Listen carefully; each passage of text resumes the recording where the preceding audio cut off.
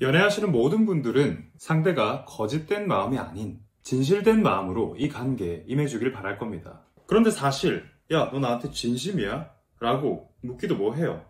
오늘 제가 알려드린 이 방법을 사용해보신다면 이러한 상황이 벌어질 겁니다. 내가 자존심 상하게 진심으로 임해달라 요구하지 않아도 남자 지가 먼저 진지한 관계로 발전시키려고 할 겁니다. 그렇다면 그 방법은 뭘까요? 바로 내 삶에 대한 스토리텔링입니다. 제가 이런 말 하면 뭐 연애하는데 스토리텔링이야? 이상한 소리 하네? 이런 생각이 드실 수도 있어요. 그런데 잘 생각해봐요. 여러분이나 상대방이나 그 뜨거운 감정이 얼마나 갈 것 같아? 감정으로 하는 연애는 유통기한이 짧습니다. 왜냐? 감정이 끝나면 또 다른 감정을 느끼기 위해서 다른 사람을 찾아야 되기 때문이에요. 하지만 삶을 공유할 수 있는 연애는 그 유통기한이 평생이 될 수도 있어요.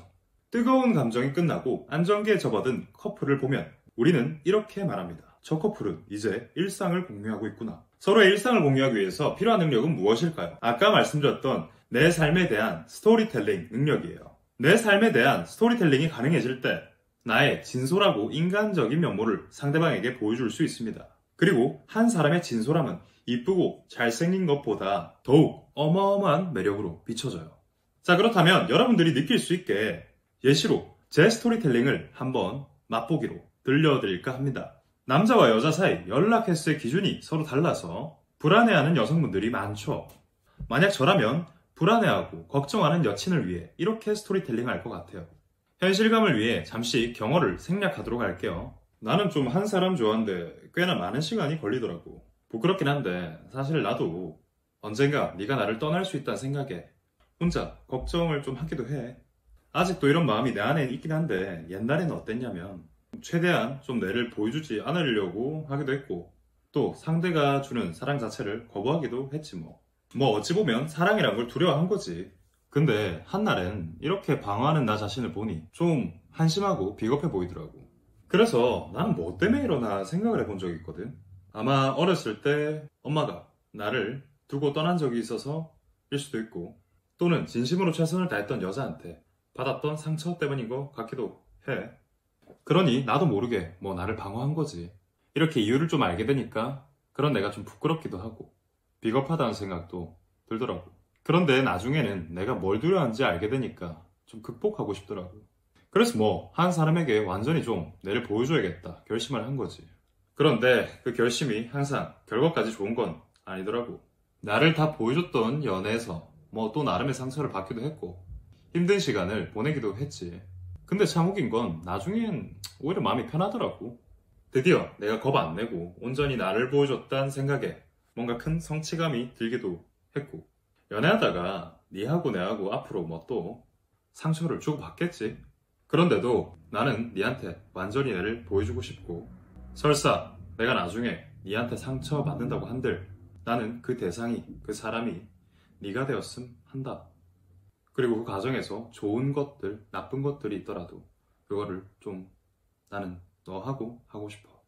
아마 제 말을 들은 여성분들은 이렇게 느꼈을 겁니다.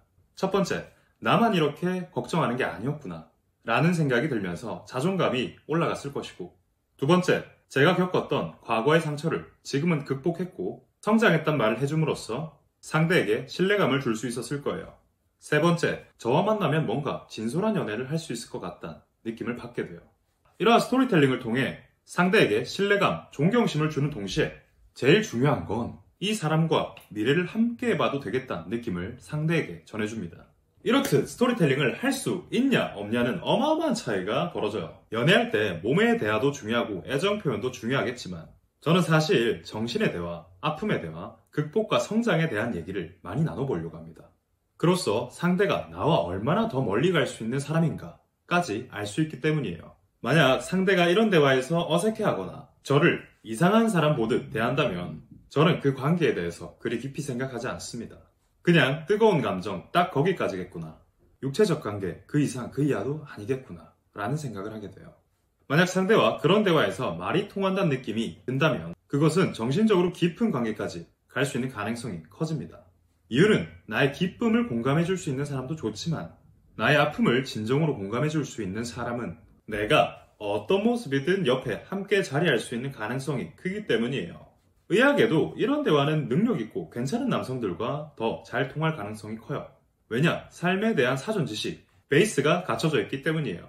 반대로 내가 용기 내서 이런 대화를 꺼냈는데 대화가 안 통한다고 해도 슬퍼할 이유가 없어요. 상대가 삶을 통찰할 수 있는 능력이 딱 거기까지인 거기 때문이에요. 그런데도 이런 좋은 스토리텔링을 꺼리는 분들, 어색해하는 분들이 있어요. 이유는 내 진짜 내면의 모습을 이야기하면 뭔가 상대가 떠날 것 같다라는 불안감이 엄습하기 때문이에요. 사실 상대에게 이런 말을 하기도 전에 왜 나는 먼저 내가 안 좋게 보일 것이다 확답하고 있을까? 이유는 내가 가진 그 경험을 여전히 부정적인 정서, 나의 치부, 아픈 것, 상처로 보고 있기 때문이에요. 사실 여러분들이 제 치부에 대해서 들었을 땐 과거는 과거고 지금은 지금이지 라는 생각을 하시며 별 부담 없이 가벼이 들었을 겁니다. 그리고 살짝 이놈 뭐 좀 있네 라는 생각도 들었을 겁니다. 제가 오늘 진정으로 드리고 싶었던 말씀은 내 삶에 대해 스토리텔링을 만들어라 입니다.